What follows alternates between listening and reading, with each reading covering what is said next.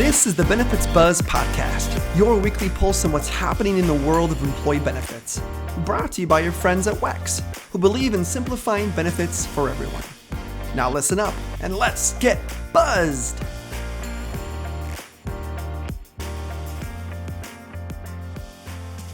Heyo, that's right, everyone. It's another episode of Benefits Buzz. I'm your co-host, Eric Pielo, joined as always with Kelsey Burgett. Kelsey, we've got a really cool two-part series queued up for our listeners, don't we? I love a good two-part episode, and it's like the sequel of a movie, right? Like we're hoping one is so good that people come for two, you know? And I know they will, because today we're talking about ESG. For those of you who don't know, that's environmental, social, and governance. Here's the deal. If you are not thinking about ESG in your organization, more than likely you are falling behind your competition in a variety of ways.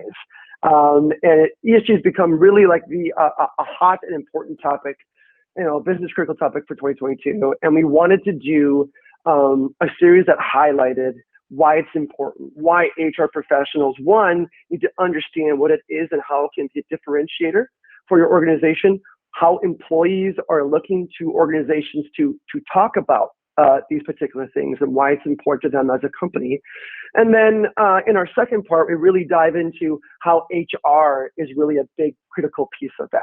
But first we have to set the stage, right? And so we've got two phenomenal guests on our show that we're excited to introduce, who are a big part of, and yes, actually WEX just put out our own ESG report. And so we said, this is really cool. We got to get some of the people that were involved in this report on the podcast. And so I'm excited to introduce Laura Shen. She is our Chief Diversity and Inclusion Officer, as well as Timothy Bergeron, who is our Associate General Counsel and Corporate Governance. Both of you, welcome to the show.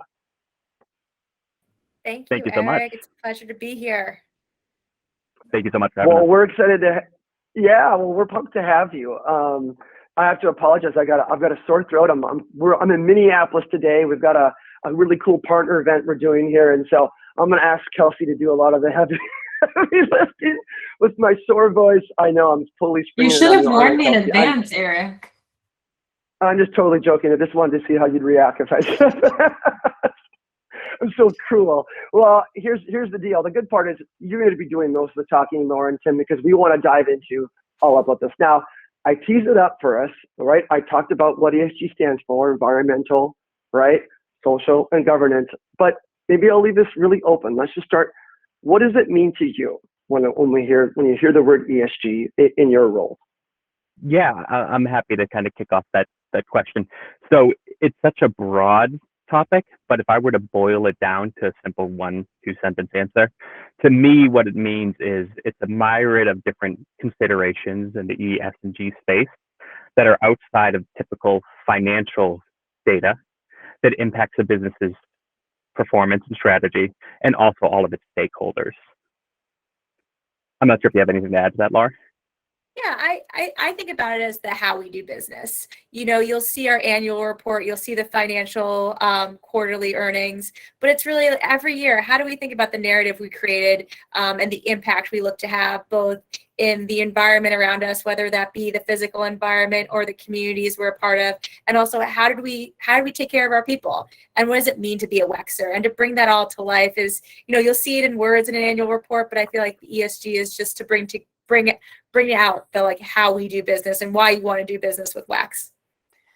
I mean, I don't know if it's just because WEX just published one and I'm more hyper aware now, but I feel like I see these all over the place. So why are ESG reports trending? Is it because they really are a way to show what we're doing and what we're all about, to your point, aside from the annual report and financials? Or why are companies so interested in this right now? There are so many different reasons why this space is expanding and continues to expand.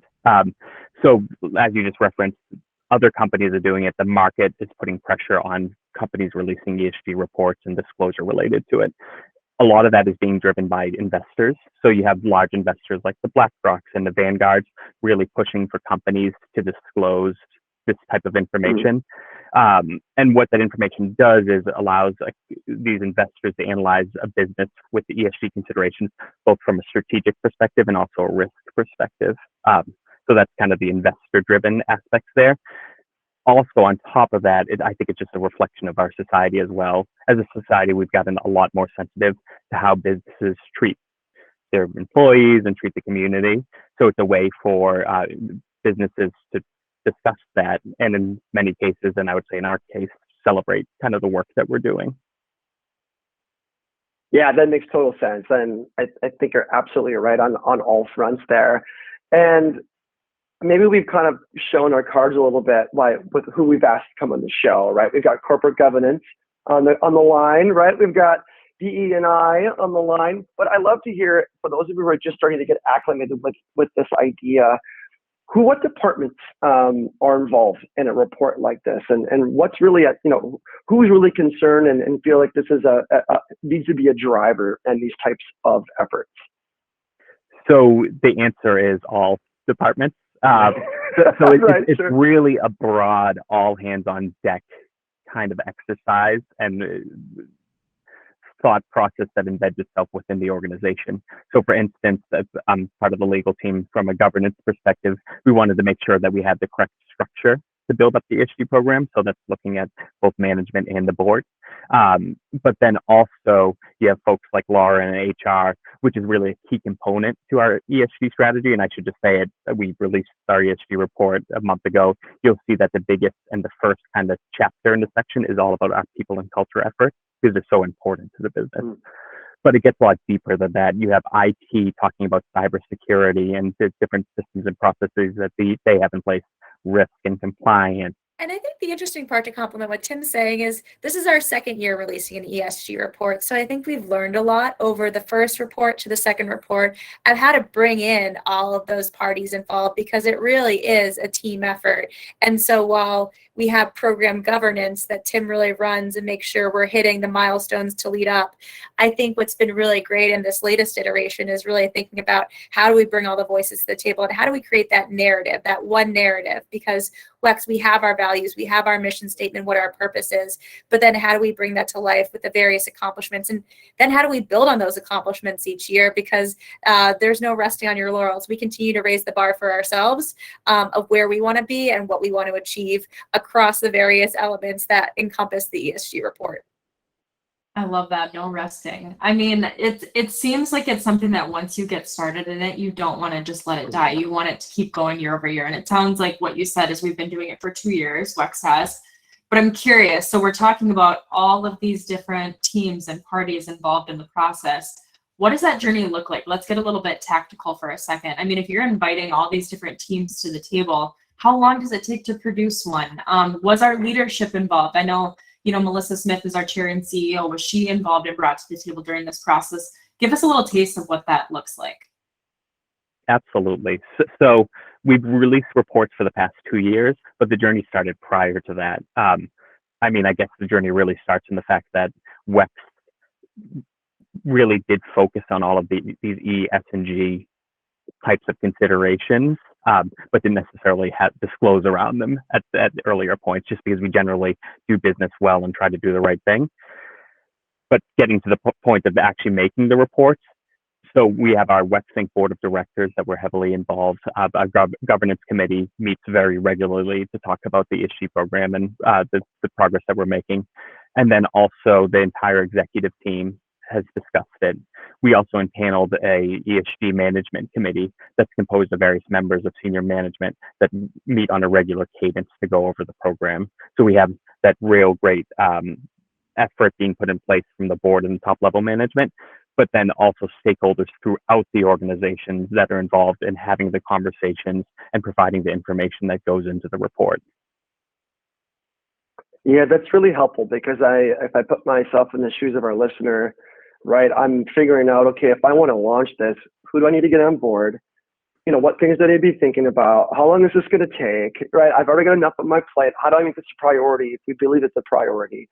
And I'd just love to know, is the best way to start? We just talked about a report that we just, put out. When we were building ours, that we start looking at other people's to see what are things talking about, what are some of the things that's happening. Do you have like a good suggestion on how would someone get started? Is that a great place to figure out? Because I think you're right. There's we actually have a great story to tell because we put energy and effort, right, around ESG, and now we're at a comfortable place where we want to tell that story? Or is it like cart before the horse? I'd love to get just some thoughts on those that are thinking about developing one. What might be the best way to make that first step towards that? Yeah, it's really about being very deliberate about building the program, because what can very easily happen is you can look at all these different companies and the reports that they pull out and realize, well, this isn't really relevant to my company. But it's a good exercise to see what other companies are doing. Then you can also look at there's various ESG frameworks and various ESG rating agencies, and there's new ones coming out all the time, and they're combining frequently. So you can really get lost in this kind of alphabet soup of different acronyms of different areas that you can look into. So what I think it's important to understand all those considerations, but then really put on a hat that says, let's look at my business and what's important to my business. So that's one of the things we really tried to look into for this year's ESG report, where we talk about an ESG assessment that we conducted, where we have a matrix of ESG considerations that show what's important to WEX. And these are the things that we want to drive into.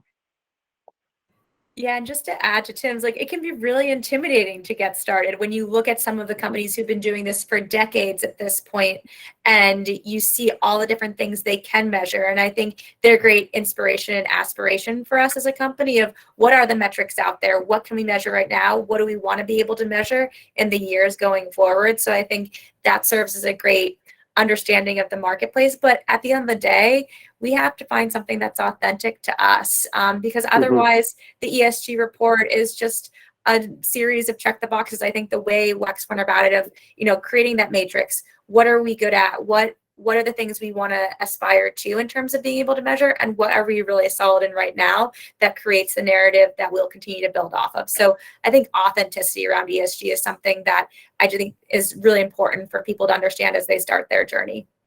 I think that's such a great thing to keep in mind, because like you said, you can get lost in all of these reports and reading what everybody else is doing.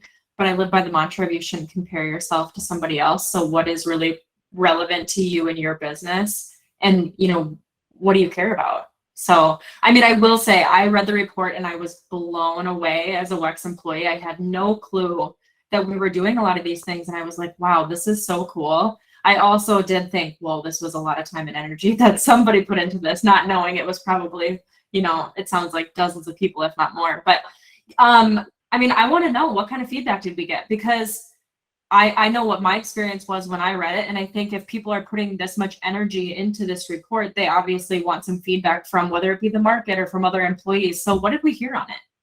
Yeah, so from an external perspective, we've had a couple of conversations with investors. People seem to be positive about the report that we put out. I'll let Laura speak to the internal perspective as a member of the HR team. Course. So yes, from an employee standpoint, I think it's just the response has been fantastic. There's been, especially in the second version of the report, really strong engagement. We've seen metrics around the internal conversations we'll be able to have, as well as the pride we've seen employees sharing it with, being able to have a document they can point to and say, this is how WEX does business. This is what it means to be a WEXer. These are the things we care about as an organization. And it allows us to talk externally to those who might be looking at WEX from a recruitment standpoint of, this is what WEX stands for. This is the how we do business.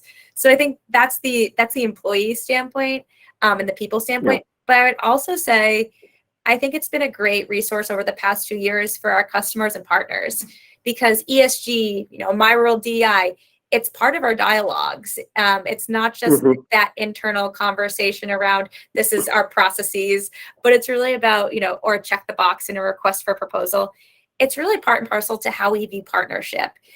We have our pricing, we have revenue targets, we have our products, but they also care about, customers and partners want to know who they're doing business with. What are our values? And how does that reflect in our relationships and processes? So I think the exciting part is really thinking about like how we develop our teams and leaders, how we approach supplier diversity, how we create impact in our communities. And that's all encapsulated there and allows us just a very clear vestige to point to and provide as a resource. Yeah, that's awesome. I can feel your passion, Laura. And so that may be my next question, because and I don't want to steal any thunder from our next part two, but I know HR and our listeners are wondering, what's my role in all this? And I know that they know there definitely is a role, So maybe, tease a little bit of in your viewpoint, how you see HR being a proponent or a stakeholder in an ESG report. Of course. And as Tim knows from the coordination aspect of it, HR, as he mentioned, people and culture is the first section. While ESG comes in its own order, for us, people and culture is first and foremost what it means here at WEX. And so it is a intersectional effort across HR because we really want to bring to life what it means. So there's been what I'll tease for the second part of this series is benefits, talent acquisition. There's obviously a huge DEI component and lens we add to all of that, but it's also around like how are we still responding to return to office and the impact that COVID had on our business, and how do we make sure that employees are being cared for? How are we developing those leaders so that when a customer works with us, they understand this Wexer that's in front of them. These are the resources they have to continue to grow that partnership with them as a leader.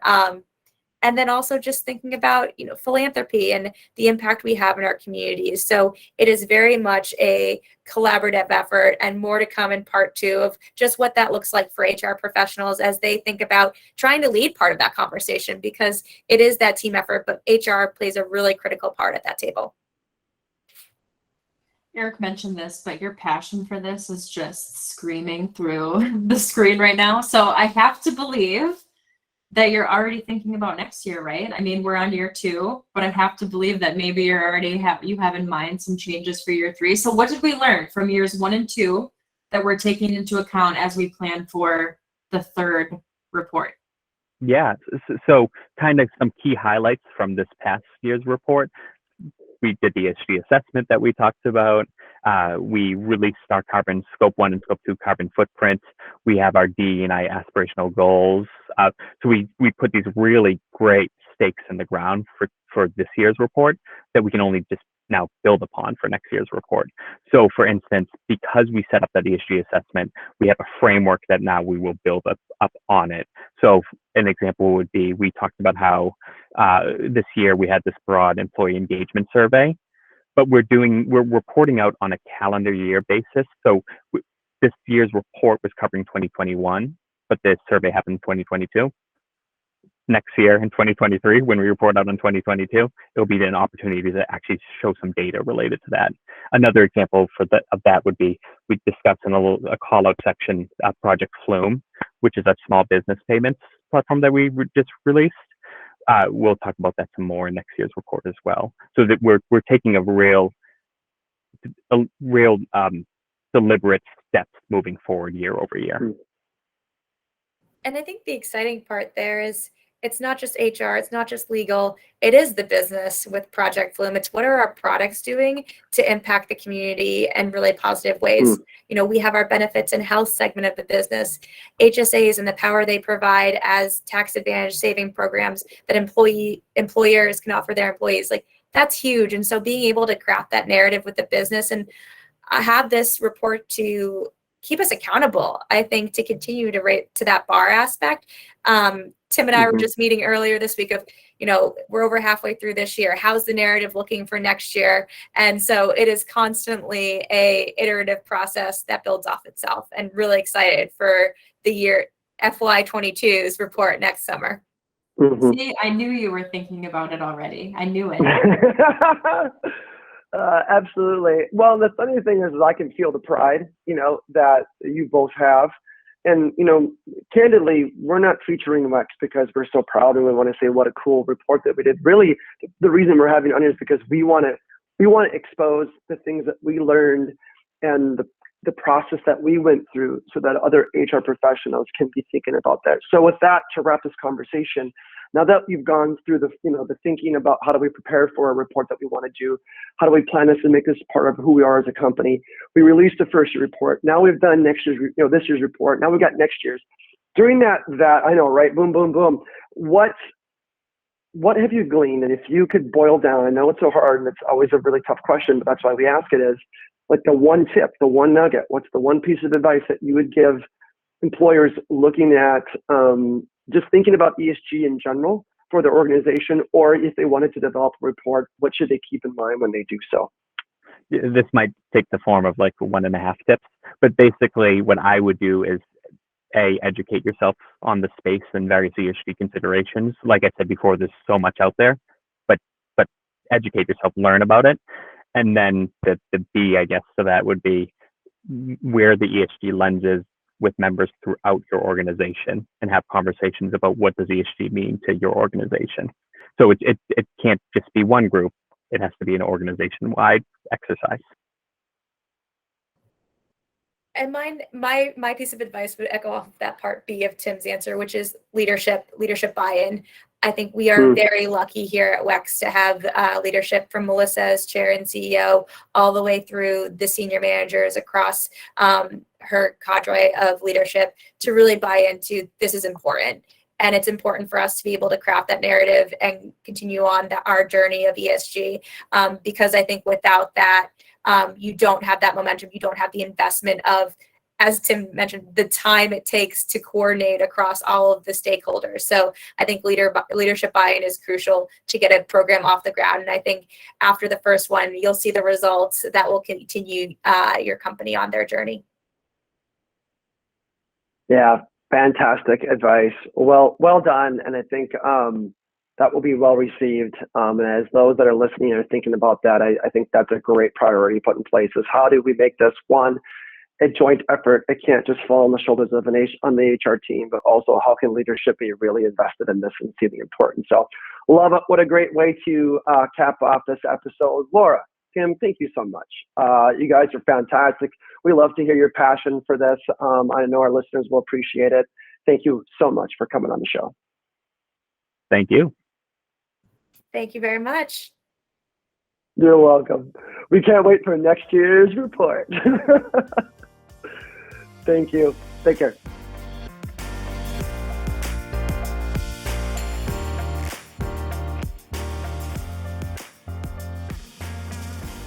WEX is in the business of simplifying benefits for everyone. Now, although we certainly hope our podcast sparks some aha moments, like that was pretty cool, but of course we cannot provide legal, investment, or financial advice. And, well, therefore, nothing shared in this podcast should be interpreted as such. We encourage you to seek out appropriate professional advice regarding your plans. Hey, congratulations! You made it through our disclaimer. Thanks for listening.